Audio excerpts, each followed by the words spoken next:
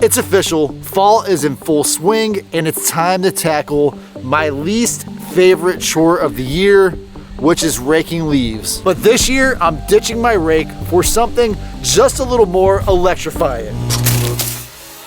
So today, I'm stepping up my game and we're gonna head to Lowe's and find the best Ego electric leaf blower that they have in stock. Just a quick heads up before we get this project started, that Lowe's sponsored this video. They don't have any control over anything I say about the products that I purchase at Lowe's, but they did make this project possible. So thank you to Lowe's, and let's get this project started. I've been doing a little research and these electric leaf blowers are very impressive. They're powerful, quiet, and way easier to use than any rake. Plus I already have an Ego weed eater, so I can just use the same battery for the blower.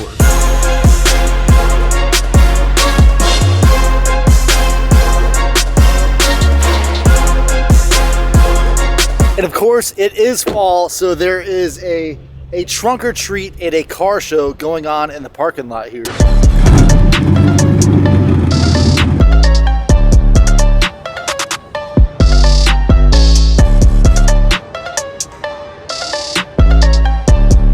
All right, so it looks like there is some of the Ego equipment.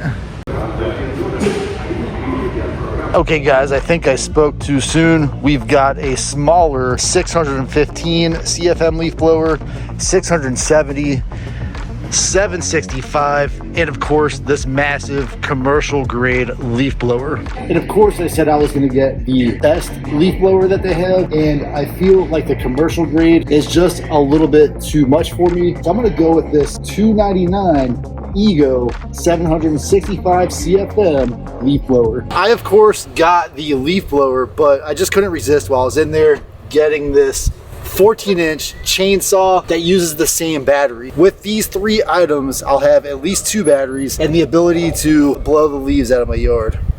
It's time for my lightning fast unboxing of this leaf blower, but before I do that, this is an unobtrusive reminder to please give me a thumbs up. And so there is a lot that I unpacked here. First of all, we do have the leaf blower module, and without the battery attached, this thing is actually not that heavy. It feels like maybe about 5 pounds. Along with that, we have our main hose attachment, which I'll put all this together in a second. We have a flat bladed diffuser essentially, as well as a cone attachment for the end of this. And guys, guess what? We're in luck. There is a strap. So one of my main concerns with the leaf blower is that would I have to carry this without any kind of strap at all times? And since it does have a strap, but I do want to point out I am left-handed. It looks like the strap notch is on the left-hand side, which would make it much more convenient for a right-handed person, but it does have a strap.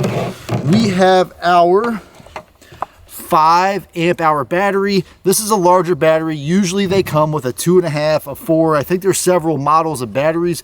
They all essentially look the same, but this is the 5 amp hour battery. And of course, another charger. I have another one of these batteries for my Ego weed whacker. And so that gives me 2 batteries, meaning that I can charge one while I'm using the other one. And hopefully in the amount of time it takes to burn the other one down, I'm able to replace those.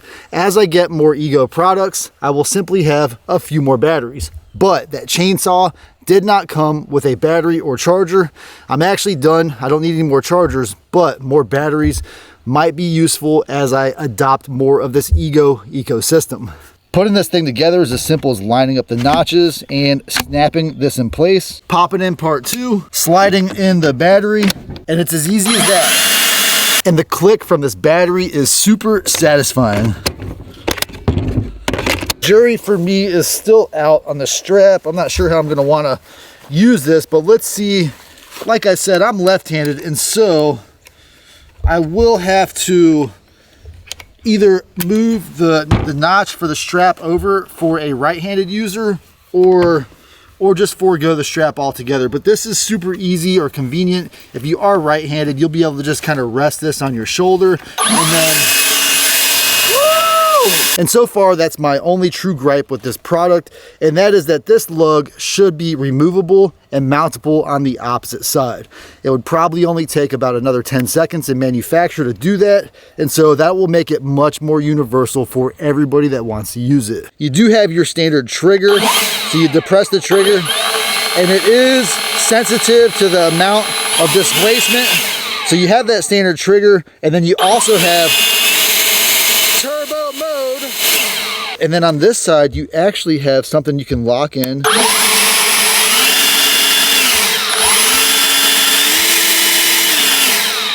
So if your fingers get a little worn down while you're using this, you can turn that dial, lock it down, and give your fingers a rest. However, if you do want to use that turbo mode, you do have to depress the button to activate that higher power. So of course, you guys truly want to know, how does this thing perform? And while my leaves, as you can see from the trees, are only about halfway done falling, but let's give it a shot around my picnic table. These leaves are just a little moist. It rained the other day, and I want to see, can I clear this area in just a few seconds? Let's check it out.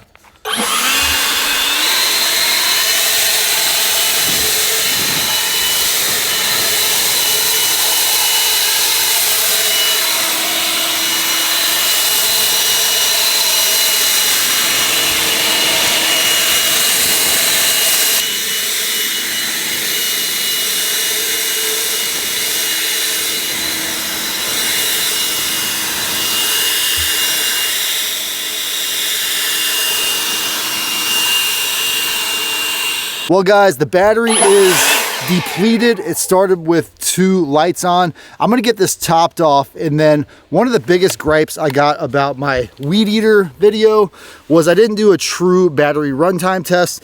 So let me get this thing fully topped off and then just run it until it dies. I'm gonna use the trigger control, put it on full blast, and then I'm gonna hit the start on the timer, and then I'm gonna blow as many leaves as I can out of my yard over the next however long it takes for this battery to run down. If I stop the blower, I will try to stop the timer. There might be a plus or minus difference of a minute or so, depending on how much I shut off and start back up. So let's get this test started.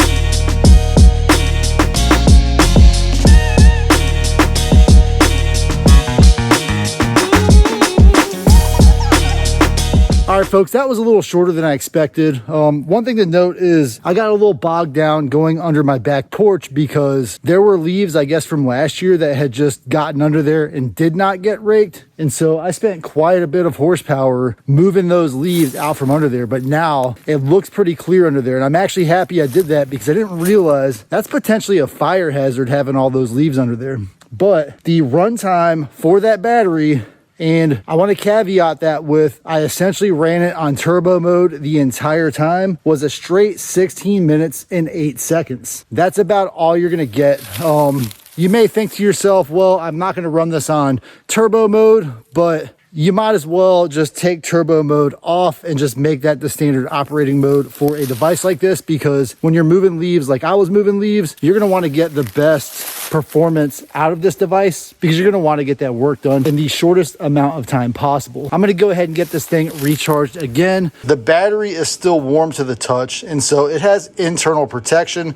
So the fan for the charger is running right now. It's blowing air on the battery, trying to lower the battery's temperature. Therefore, the battery is not going to start charging until it gets to what it believes is a reasonable temperature. Something really important to keep in mind as that 5 amp hour battery continues to charge is that I ran that thing for 16 minutes straight, working as efficiently as possible. However, if you're using this in your yard, you're probably not going to sit there and run for 16 minutes straight. I was doing that as a factor of that rundown test. And the reason I mention that is, for example, my kids have these little electric, Razor dirt bikes, and it'll say they have 30 minutes of runtime on the battery, but they spend a lot of time going downhill, uphill, and in the aggregate of all the pauses, they sometimes get several days of riding those dirt bikes. In a real work environment, you might get 30 minutes or an hour of work done because, for example, in my time lapse, if you saw, I was moving pallets and things like that. I would have turned off the blower while I was moving those things and maybe been able to more efficiently blow the leaves. So instead I was trying to blow around the pallets and keep the thing going specifically for the runtime test. So that's something just keep in mind. You're not going to run this thing for 16 minutes straight unless of course you want to, again, just to try to get as much work as done as possible. I think another very important consideration that will come to mind is, what about this versus a gas charger? Well, now I've got to spend at least 30 minutes, if not an hour, to recharge that battery. I do have the alternate battery, and since I have two, I can alternate them, so that could keep me moving. But with a gas engine, you will of course probably have 2-stroke oil, and if you have a 5-gallon jug, you can run until you run out of gas. And on top of that, usually for me with a gas-powered engine that small, those small gas tanks will still run me 30, 45 minutes, even possibly an hour without needing a refill. And so for commercial purposes, maybe that commercial Ego leaf blower would be a better choice. However, you would probably still want additional batteries, especially if you're going to be running for more than an hour or so, which at some commercial sites, you know, for example, large scale properties, you may be running a leaf blower essentially nonstop throughout the month. So just some things to keep in mind. So I wanted to tell you kind of what I think this is perfect for, and that is if you have a smaller property. So there are a lot of subdivision lots that are like 0.2, 0.4 acres. So if you have a small lot like that, definitely less than an acre, and you want to just go all electric, I would get maybe the weed eater, this leaf blower, and essentially all of your yard appliances with one battery. I really wish Ego, and I'm sure this would probably cost too much, I wish they would sell a kit that had all of your yard utensils in one with maybe 1 or 2 batteries in it. Maybe make that like a $1,000 or less package for the ultimate yard utensil package for somebody that doesn't want to have gas cans laying around, mixing 2-stroke oil. This one is definitely not there for commercial use unless you're doing something like small yards where you do travel in between those yards. And if that's the case, you can charge the batteries in between those trips. But if you're doing any kind of large commercial landscaping, I would either go with the larger one or stick with gas. Guys, thank you so much for watching. Check out my affiliate link in the video description, and I'll see you in my next video.